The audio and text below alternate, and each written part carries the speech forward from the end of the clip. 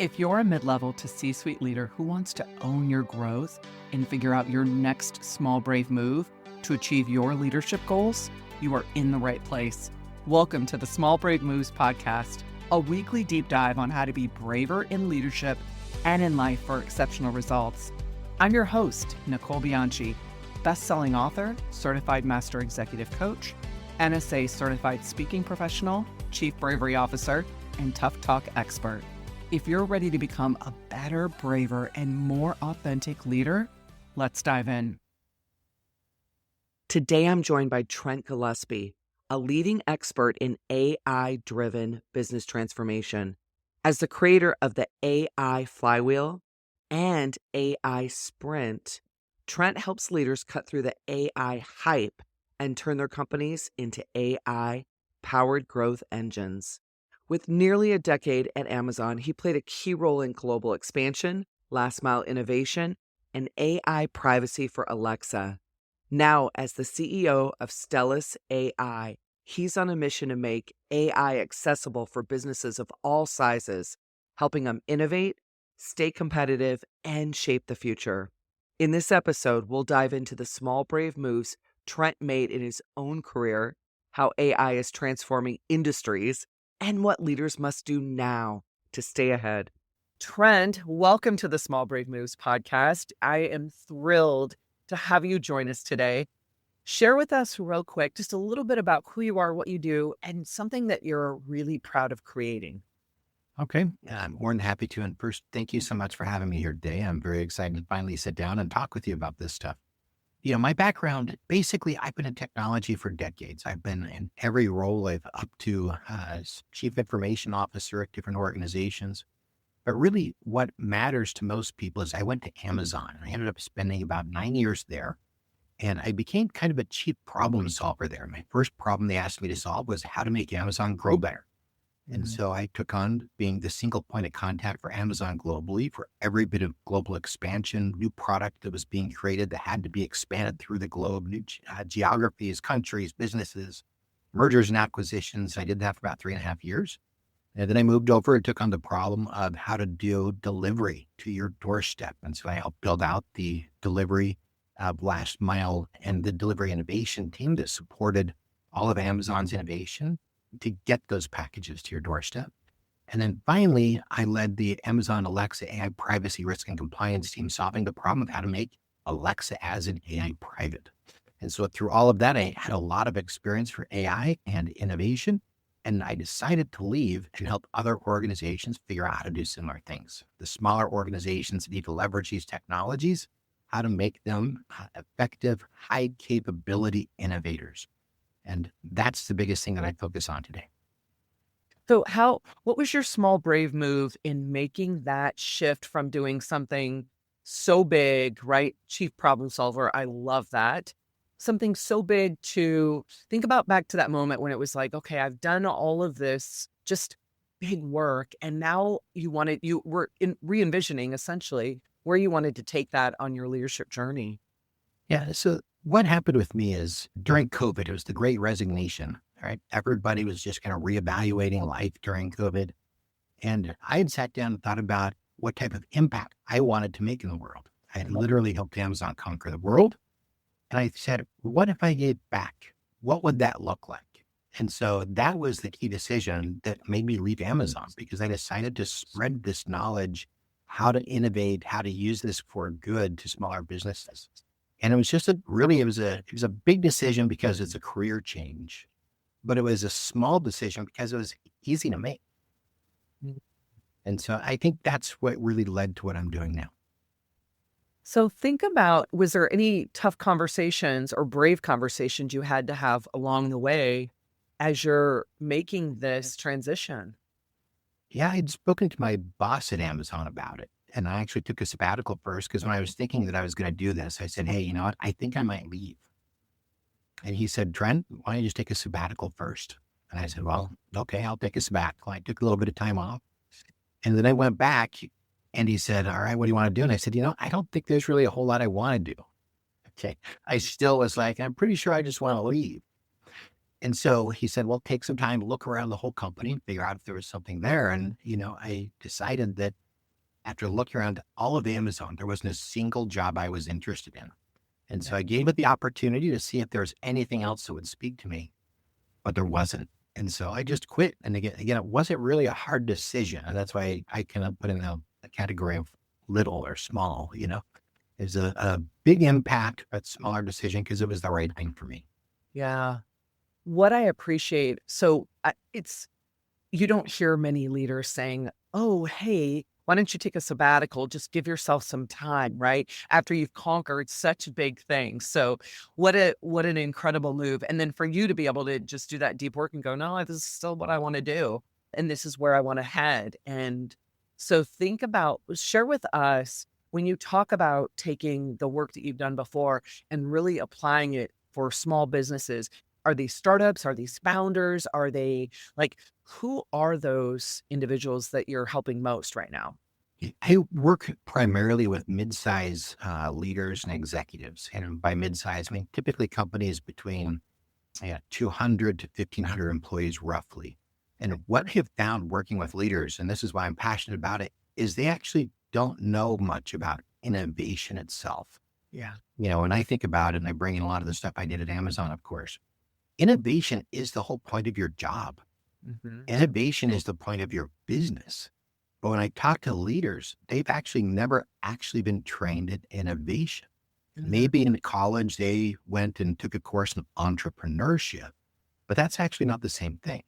Innovation is just how do you actually create value through change? Yeah. And there's ways to do it that are repeatable and effective ways to do it. And so I love working with that level of leader because they're open to it. They're trying to grow their careers. They're trying to help their organizations out. And they're really open to hearing about these concepts. How do you go from point A to point B? How do you incorporate change effectively? And so I love working with them. It's really empowering for them. And I certainly enjoy it. I love that.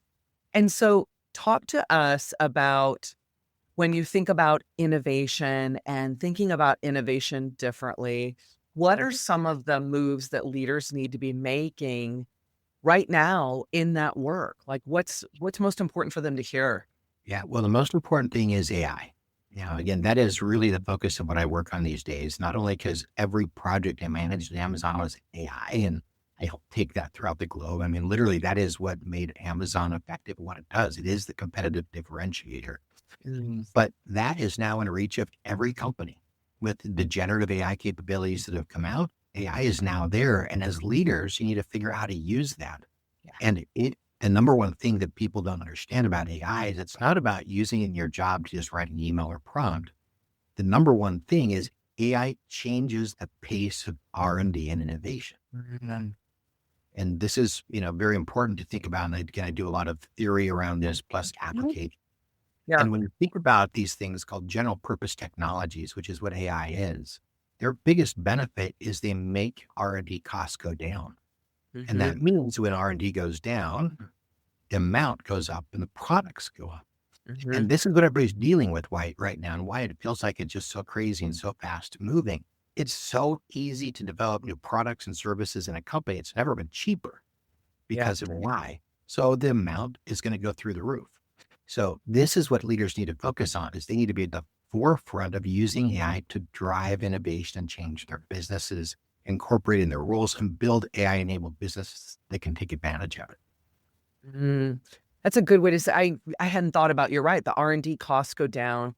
Your ideas, right, that you're willing to try. Your point of entry for whether it's the products or the services is so much easier, and you're getting there quicker, right? Which means that whole adaptability, the changing, the shifting. So, from a cultural standpoint, from a leader, like, what should leaders be thinking about? Like, how do they ready their teams to be able to really think about it this way? Well, wow, that's a really great point. I've got a whole methodology I built because when I left Amazon, I told them my mission was to figure out how to share this with other people. What I've been working for the last 3.5 years is how to make this a formula that you can apply in other companies. Mm. So with the AI thing, I came up with a framework about 18 months ago. I called the AI Sprint Framework. And it's a methodology for how you adopt it into your company. It starts with the first thing, the first step is spark action with your leadership. And it's an acronym, of course. So Spark is there because that's what you need to do. You need to create that enthusiasm and interest with your leaders Mhm. because they need to understand what's actually happening. So there's a whole methodology around it. Basically, you start with that and then you have some conversations about your strategy and you figure out what's going to happen to you and when you need to respond. And then you need to rally your employees. There's a bunch you need to do there to start that. But basically, it's enabling employees, training them, and directing them to go after the right type of opportunities. There's a bunch that can follow from there, but you have to really intentionally set your organization up to use these things in a way that's positive and supports growth. Mhm. I love that, and I think it's what you're describing for me is like, it's the strategic thinking around how to take this and use it and scripting the moves to really have your team be ready for it and to embrace it and to do more with it, and so many times, what I'm seeing right now is leaders are just running from thing to thing, right? Meeting to meeting, this, and there's not the deep work or the time for really strategic thinking, influencing, listening. And I think it requires people to really pause and think about how do I bring this differently into my business and use it as a competitive advantage. So I'm curious from your perspective, what is the number one thing getting in the way for leaders to be able to think about this methodology and to move it into their business? I think it is kind of similar to what you're saying. It is actually taking the time to really internalize that business has changed. Yeah. Yeah. And when you look at people that are in a disrupted situation, when there's new technology that's changing how things work, people oftentimes ignore it. Yeah. They might acknowledge, hey, you know what? There's change out there. We should do something about it in the future, but we're too busy. Yeah. And so that's the number one change they need to get over is to say, look, not only do we know that it's happening, we're going to take action so we can be a disruptor instead of the disrupted. Mhm. You've got to open up that time in order to do that. Oh, I love that. And so what do you think, like, when you think about the body of work and your target, kind of your ideal client, you're in 2025, like, what do you think the biggest challenge will be for you as you're working in this space? I'm curious. Well, the biggest challenge for me is that where AI is, of course, it's progressing very, very quickly, right? So Mhm. you've got to keep on top of it generally. But what we're certainly seeing now is there's a lot of vertical specific AIs that are coming in. And so, if you're in banking or healthcare or, I mean, choose your industry, Yeah. I've got to actually be a little bit familiar with some of those capabilities as well. So that's actually very, I shouldn't say difficult, just it's a lot to monitor and figure out. And Mhm. there's just so much happening. There's an AI for everything. I mean, literally, the last time I checked, I think there are 15,000 some odd different AIs, literally for every individual task you do in every industry that you're in. It's just, there's a lot out there. So it's hard to. Yeah. Yeah. That makes sense. So think about what's a small brave move you would suggest to a listener if they're listening and they're like, "Okay, I hear what Trent's saying, like he's right. I don't know what to do." Like, what's the small brave move, the first small brave move that they would want to do to think about this or to even begin maybe even working with you in this space? Yeah. Well, the small brave move for everybody is you just have to use AI. Yeah. You have to use AI right now.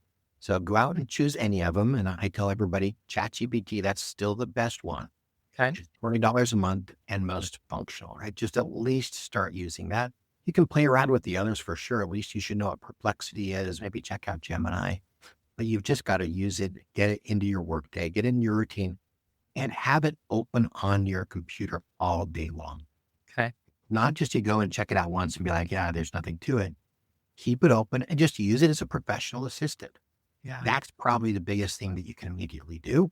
Another small brave move is be open to training. I've got an online course. Happy to send your listeners. I mean, have them reach out. We'll maybe post something if there's a lot of interest where people can use it, but just get a Right. course. Okay. Mhm. Take it. That'll give you some background on it and then start looking for opportunities in your role. It's really that simple. Mhm. That's great. Trent, okay, so talk to us. Final question is, what's your next goal? What's your next goal or the next small brave move you're going to be making Okay. as you're working in this space? Wow. Great question. My next small brave move, huh? Um, the big thing that I'm doing this year is trying to develop my professional speaking career. Yeah. And so this goes hand in hand with everything, as you know. And so I've now gotten an exclusive agent to actually represent me, which I'm very excited about. But ultimately, I'm trying to just make a bigger impact. And so my move is get on stages where I can talk to hundreds of people at once to help them understand what is happening and take advantage of it. And that's hopefully how I can maybe change some of the impact that I've made in the world, focusing so much on helping Amazon grow. I love that. Well, you have a powerful story, a powerful message. And what I most appreciate about you that sets you apart from other AI speakers is you've been there and you've built it inside of a company. And it's, I mean, the results are the results, right?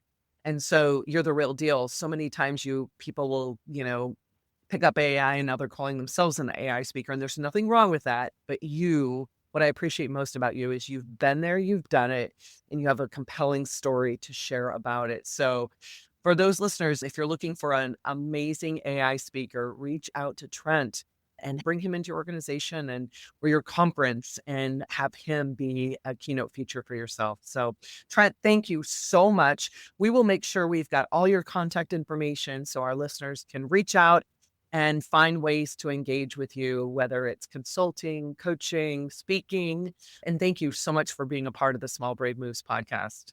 Of course, my pleasure. Thank you for joining me for this episode of the Small Brave Moves podcast. If you're wanting to take this work even deeper, I'm here to help. From engaging in inspirational keynote speeches to transformational coaching and workshops for leaders and teams, page-turning books, online courses, and enlightening leadership development retreats. There are so many ways that we can work together to take your leadership to the next level. For more information, check out the show notes, and let's do this together, one small brave move at a time. See you next week.